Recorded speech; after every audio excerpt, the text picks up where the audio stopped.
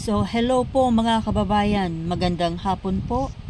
Today is Sunday, February 16, 2025. Mga kababayan, since panahon po ngayon ng eleksyon, so, ang gusto ko pong talakayin topic na may kinalaman sa eleksyon. So, isa po sa napapansin ko sa eleksyon natin ay itong pagbibigay ng certificate of candidacy sa mga tumatakbong politiko sa kahit anumang posisyon. So ano po ba ang hindi maganda dito sa batas ng Pilipinas tungkol sa eleksyon? Una, masyado pong napaka-lax ng ating batas. Halos walang qualifications ang ipinapataw sa mga tumatakbo, lalo na sa national positions. 'Di ba? Kahit sino na lang pwedeng tumakbo. Lalong-lalo na wala man lang paghihigpit, walang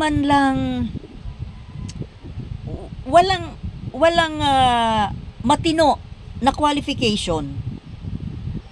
Halimbawa, tingnan natin sa senador, kasi yan ay national at malaking bagay po ang posisyon ng senador dahil gumagawa sila ng batas . Ano ba ang hindi maganda dito sa pamamaraan ng pagtanggap ng mga politiko, ng mga tumatakbo, kandidato? I-specify na natin sa senador. Ngayon lang, sino ang isa-isahin natin, yung mga kandidato para senador na may mga issue. Unang-una na dyan ay itong nangunguna sa survey na si Erwin Tulfo. 'Di ba? Bakit siya nangunguna? Dahil nga siya ay sikat, parang artista journalist . Siyempre maraming nakakakilala at ang mga programa kasi nila nito mga Tulfo sa programa nila sa radyo, sa TV ay tungkol sa mga pagtulong sa tao. Pero ang hindi kasi alam ng mga karaniwang Pilipino, ito ay mga pakitang tao lang. Sa harap lang ito ng kamera. Ano ba ang alam natin kung ano ang mga totoong kulay nila sa likod ng kamera pag wala na sila sa harap ng kamera? Itong si Erwin Tulfo, nangunguna at mananalo, pero hindi maganda ang kanyang background. May mga kaso yan . Convicted nga yan . At tumakas pa papuntang Amerika. Ang isang issue sa kanyang mabigat ay citizenship. Dahil nagkaroon siya ang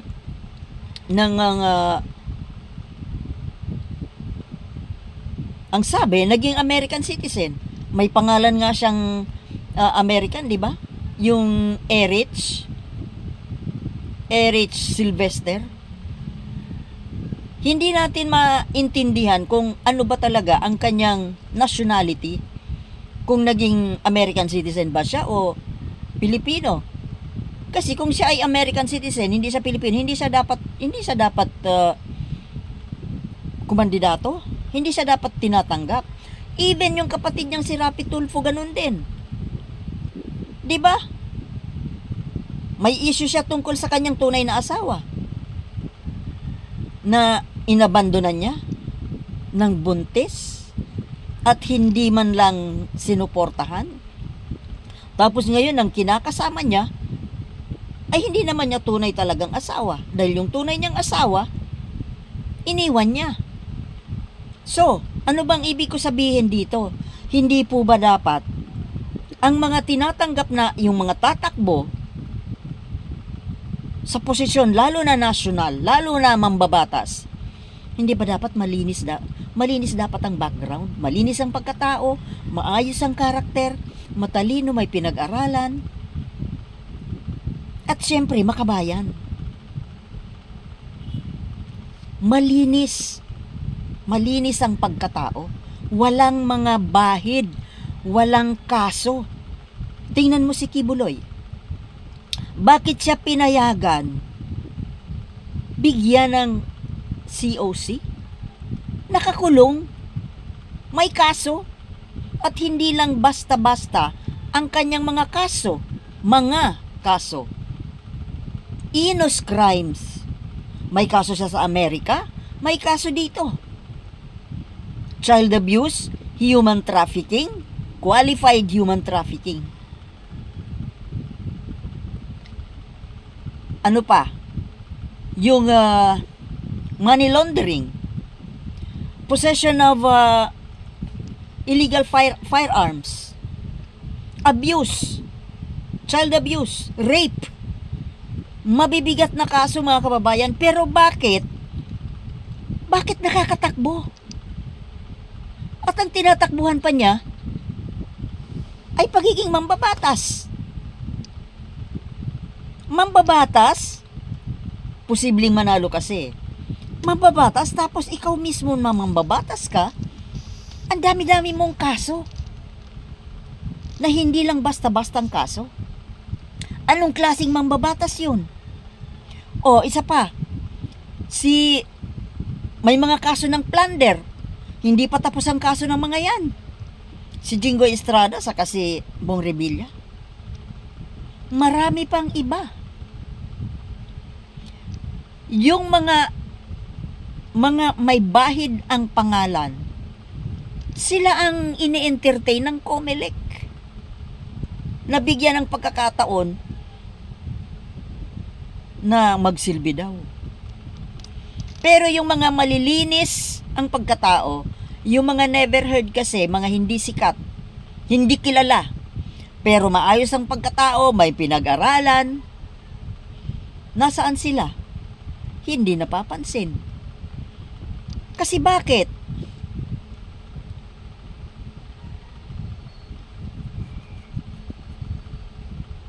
Ito kasing COMELEC po, sumusunod lang sa batas. Kumikilos ang COMELEC ayon sa ating batas, ayon sa Constitution. So, sino po ang may mali? COMELEC ba? COMELEC ba? O yung ating mismong Constitution? So, kung mali ang Constitution, hindi ba dapat baguhin? Para magkaroon tayo ng matitino na mga politiko? Hindi yung may mga kaso, may mamamatay tao, may plunderer, magnanakaw, sinungaling, rapist. Mariosep, yun ba ang gugustuhin natin na mamuno sa atin? Tapos sasahuran natin ng pagkalaki-laking pera na galing sa buwis ng taong bayan? Maling-mali po. Itong natin, itong batas natin, hindi lang batas sa kung anong batas, lahat na batas natin may mga butas, maraming mali. 'Di ba? Mali. Minsan nga nakakatawa na Nakakatawa, nakakainis. Saan ka? Baka dito lang kasi yan sa Pilipinas Siguro ko naman sa ibang bansa hindi ganyan. Kasi dapat ang mga tatakbo ng matataas na posisyon sa gobyerno, dapat ini-screen. Diba ini-screen dapat ano ang pagkatao ng taong ito? Hindi basta-basta dapat tatanggap. Dito sa atin, porque may pera, kung sino yung may pera, kung sino yung sikat, kahit na may katarantaduhan sa pagkatao. Arya?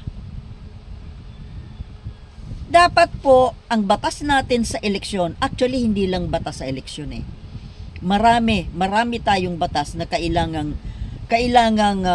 reviewin, i-revise, baguhin, i-amend. Kaya hindi tayo gumaganda ang takbo ng ng lipunan natin, ng bansa natin, dahil ang mga iniluluklok natin sa ating sa mga posisyon sa gobyerno ay may mga bahid ang pangalan. Tapos, kung baguhin man natin yung batas, sino ang gagalaw? Sino ang kikilos para baguhin yan? Sila din, di ba? Babaguhin kaya nila? Dahil sila mismo ang apektado. Pero kung gusto talaga natin, ng bansa natin, nating mga Pilipino, na maging matino ang gobyerno natin, maging matino ang mga namumuno sa atin, at of course, kung matino ang namumuno, magiging matino rin ang mga tagasunod. Tayong mga ordinaryo na mamamayan. Paano kaya natin gagawin yun?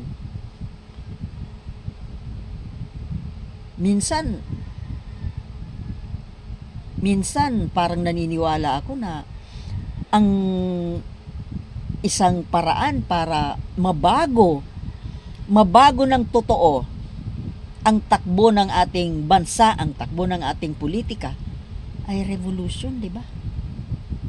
Revolution. Paano hindi? Ito sila mismo na dapat kikilos para tumino ang lahat tungkol sa bansa natin. Sila mismo ang kokontra.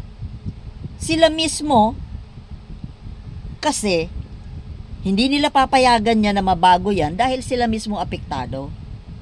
Marami dyan, kapag nabago yan, na kailangan ang mga tatakbo, lalo na sa posisyon ng mambabatas, na dapat ay matino, kasi siyempre, talo na dyan yung mga dynasty, yung mga oligarko, na gusto pang umupo sa gobyerno, para na rin sa interes ng sarili nilang negosyo at sarili nilang pamilya. So, paano? 'Di ba? May naisip ba kayo, mga kababayan? Okay, hanggang dito na lamang po at let's just hope for the best. Mahalin pa rin po natin ang ating bayan dahil ito lamang po ang nag-iisa nating tahanan. Thank you for watching and see you in my next vlog. Peace.